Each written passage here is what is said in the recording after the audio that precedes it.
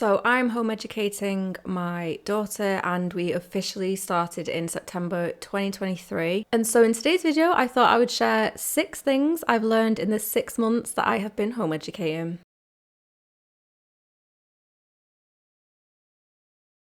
So the first thing I want to mention is something I personally think a lot of people will probably overlook. Home education at its core is about the relationship with your child and the family unit. Investing the time you get with your child when you facilitate their education means you get to build a deeper relationship with them. It means you obviously get more time with them in general, and it also means it can help you navigate the ups and downs of home education and other things in life. So like I've said, I think everyone gets so hung up on the educational side, which obviously is valid and true.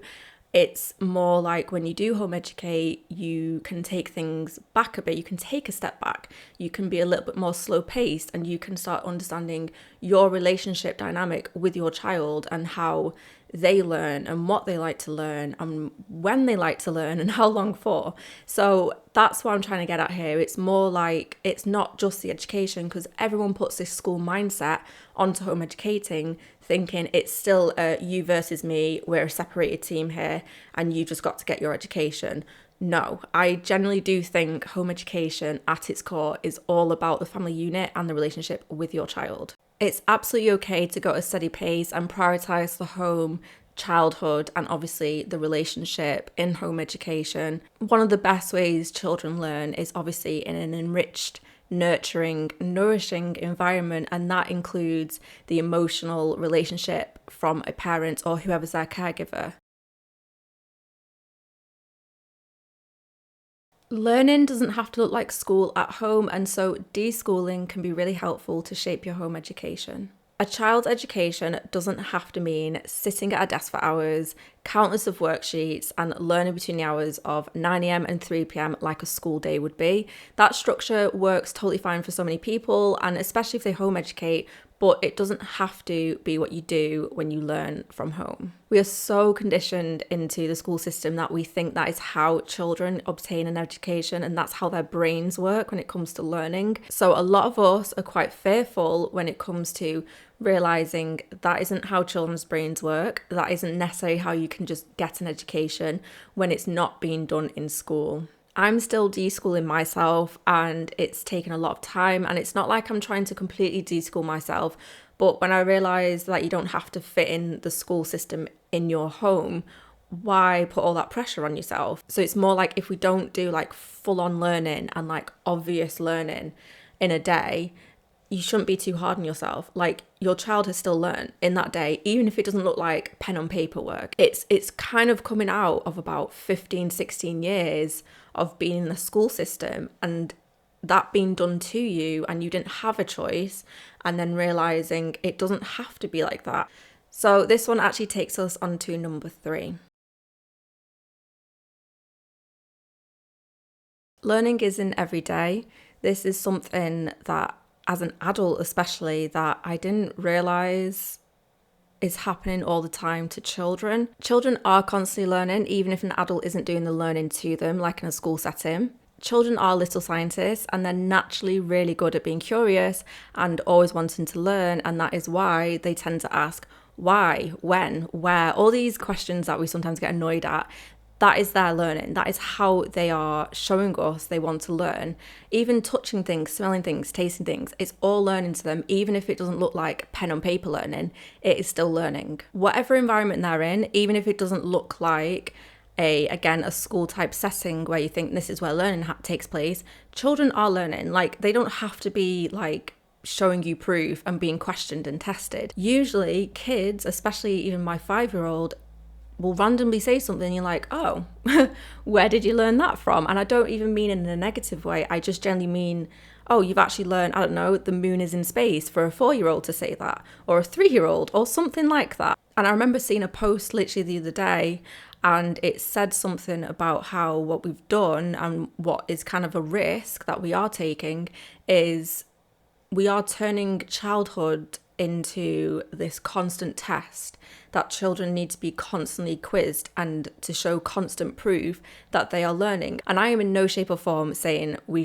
shouldn't ask questions, see if children understand things. That is so different to feeling like you have to quiz them at every given moment and every other week or something to prove that they're learning. In school, the questions and the testing takes place because there's an exam. There's a curriculum that they're following. I think children deserve way more space and way more agency and autonomy when it comes to their learning, because it's not like it has to be strictly four walls, desks, a whiteboard. We always say that children are like sponges, especially when it comes to negative things like swearing. So we have to watch out what we say and do around children if it's negative, or it can be seen as negative because they are like sponges. So why is that not the same when it comes to getting an education in a different way? Why is that not the same when it comes to how children's brains actually work, when it comes to learning and being curious and wanting to know more, without it being some sort of test, like it has to be imposed by an adult and not just facilitated? Maths can absolutely happen when it comes to cooking. It can happen on grocery shopping lists. Reading and literature can absolutely take place when it comes to playing games. And also, even you put subtitles on TV and films and stuff like that, it's always happening, even if it's not happening to them and is imposed by an adult, if that makes sense. Your child getting an education is not a race, and there's absolutely no reason to rush through the learning process. Relax and slow down. I think we've created such a bad hustle culture where there's so much burnout now, and that includes in our children and especially in their education. I think there's so many parents out there who are like, look, my kids learnt this in this time frame, or it's way beyond their years in a sense. And so other parents are like, oh, well, now my kid doesn't know that. Why are they not understanding this? And so people start pushing and putting pressure, and a child's childhood shouldn't even be anything close to that. Their education shouldn't even be affected and be anywhere near close to being burnt out and this rush and this race to what, essentially, because no matter what, they're going to learn. It's not like they're not going to learn, and it's just a matter of the right time, the right space, the right environment, the right people, and respect and trust and patience. I think as well, like, the school system has really made us feel like education has to be like this quick thing happening to us, and if you aren't catching up and if you're not understanding it in the given moment you've been given, then that's your fault and there's something wrong with you and you're not good at this subject. When that's usually just because you need more time, you need to be in the right environment. Your education isn't being nurtured and facilitated for you. Going off my previous point about burnout culture, I also think there's a comparison culture, and I know it's human nature to compare yourself, but I do think social media's kind of increased that a little bit more than usual. And if there's one thing I've learned is that no two home education journeys look the same, and comparison can kill you. Of course, if you're brand new to it and you're learning as you go along, it's one of those things where you feel like you have to be doing the same as somebody else, or you have to live up to that expectation and their standard. But really, they're not your family and you're not their family. Just because Timmy gets up at 6 o'clock to do bird watching, I don't know, doesn't mean your kid has to get up at 6 o'clock and do bird watching. Like, you need to remember, a lot of home education is tailored to that individual family and individual child.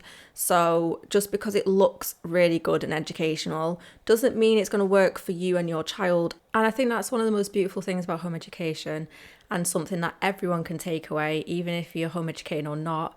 And it's that it's always going to look different, and it's always going to be individualistic and unique, and it's never going to look the same. And that is what human nature is like, and that is what a child's childhood should be like. It shouldn't just be thought of, you need to do it this way, otherwise you're going to fail, otherwise you're a bad child, otherwise you're not smart. That shouldn't be the weight of their future and their childhood. It should just be a childhood. And it should be messy, and it should be non-linear, and it shouldn't always look the same to every other child who's living on the same street. It's always going to be slightly different. And that's just something I think home education can really accommodate, and something I'm learning. Even though you might compare yourself and feel like crap, you can also get really good inspiration, because if you aren't as creative as you'd like to be in how you facilitate the learning side of things, you can see someone else's version of something and be like, oh, I can actually accommodate that and I can facilitate that for my kid.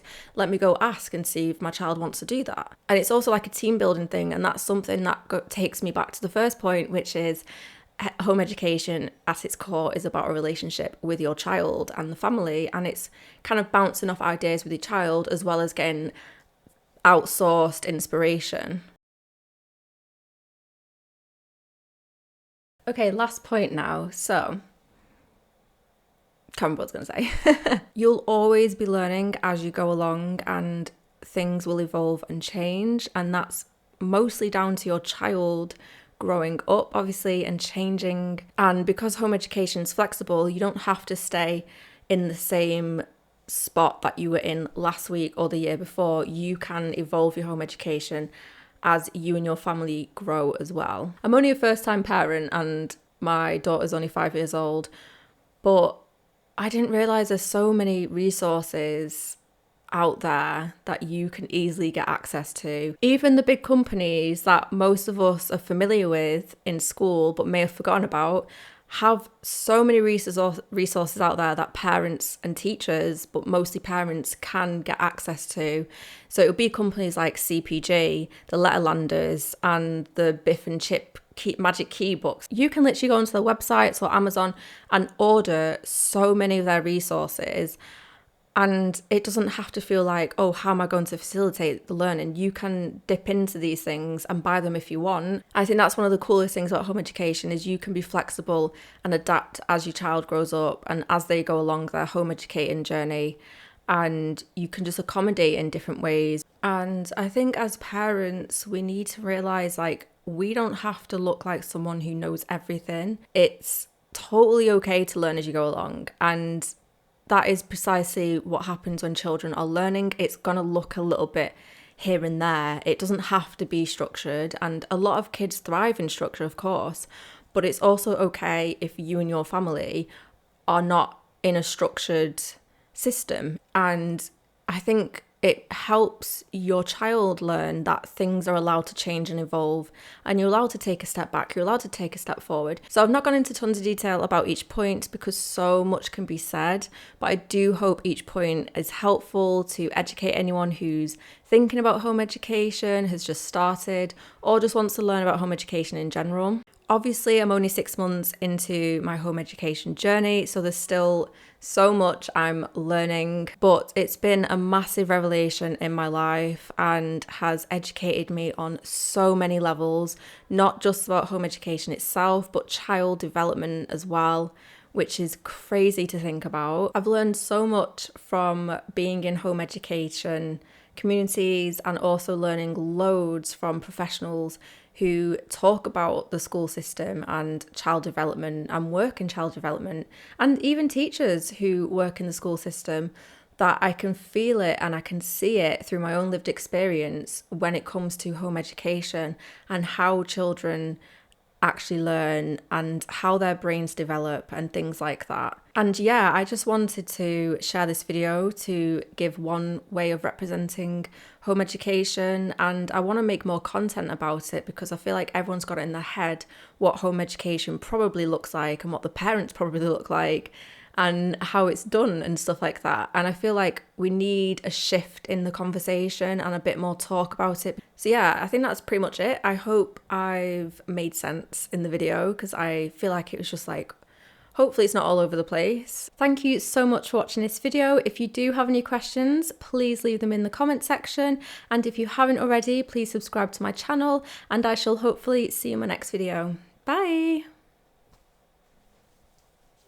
I am done.